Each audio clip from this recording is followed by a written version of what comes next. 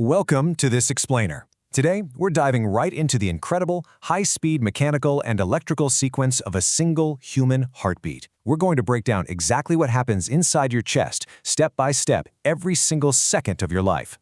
So picture this. At a resting heart rate of about 72 beats a minute, it takes exactly 0.8 seconds for the heart to complete one miraculous, life-sustaining cycle. Think about that for a second. In less than one single second, this unbelievably coordinated sequence of events happens just to keep you alive and functioning. It's truly wild. To understand how that all happens so fast, here's our roadmap for today. 1. The need for convection. 2. Anatomy and blood flow. 3. The electrical spark. 4. Diastole, the relaxation phase.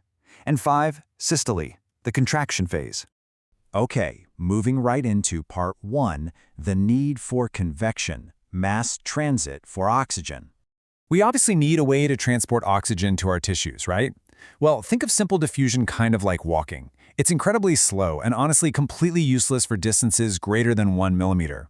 It just cannot transport oxygen throughout a massive human body. Convection, on the other hand, is like a high-speed train. It's the mass movement of fluid caused by a pressure difference, and it's super fast over long distances. Your heart is the engine actually generating this pressure.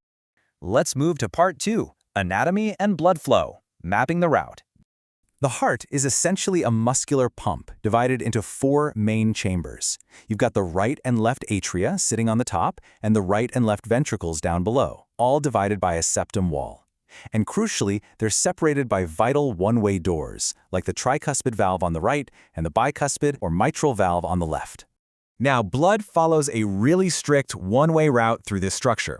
Oxygen-poor blood enters the right side from your veins, gets pumped out to the lungs for a quick refill, and then returns completely oxygen-rich to the left side, where it just gets blasted out through the aorta to your entire body.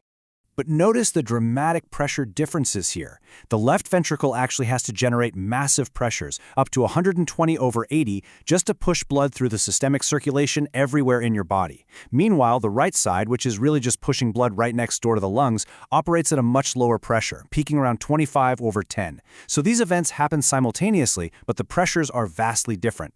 Which brings us to part 3, the electrical spark powering the pump. The whole thing is a brilliant chain reaction. Electricity sparks in the sinoatrial, or SA node.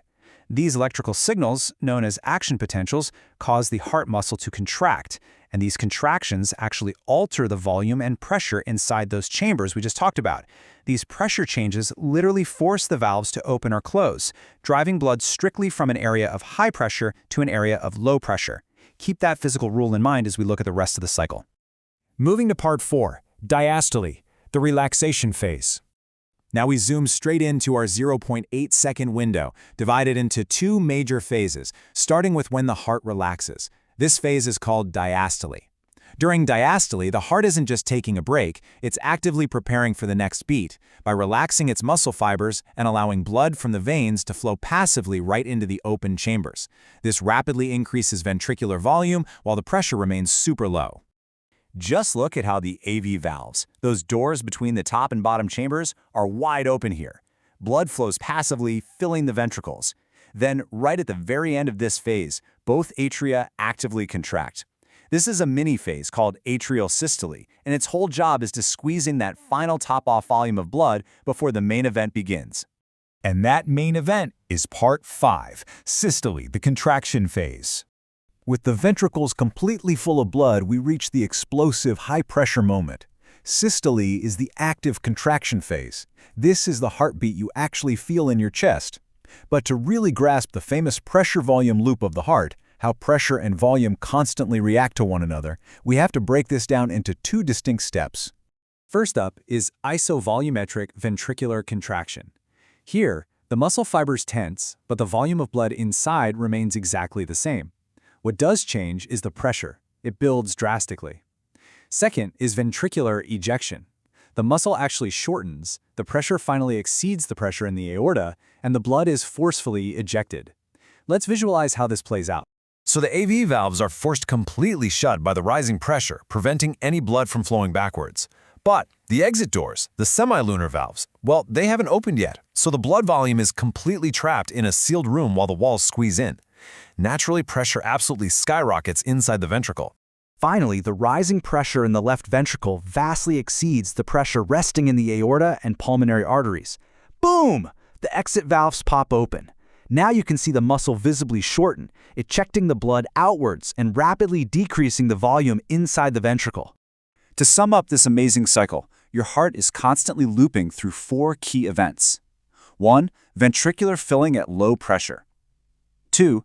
Isovolumetric contraction, where all doors close and pressure violently builds. 3. Explosive high-pressure ejection. And 4.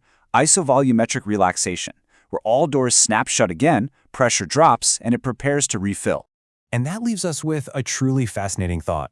If this perfectly timed sequence of electrical impulses, fluid dynamics, and pressure-volume loops takes just fractions of a second right now while you're sitting still, how on earth does your heart maintain this precise coordination when you're running a marathon and your heart rate doubles, drastically shrinking the 0.8 seconds it has to work with? It is a wonderful mystery of biology to ponder. Thank you so much for joining me for this explainer, and I hope this provided a really clear window into the incredible machine keeping you alive right now.